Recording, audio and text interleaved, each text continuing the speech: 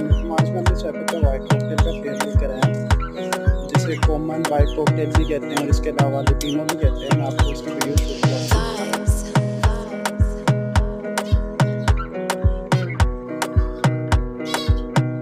Another banger. Baby, calm down. Yo, this your body, it puts in my heart for lockdown, oh lockdown. Yo, you sweet life, phantom. If I tell you say I love you,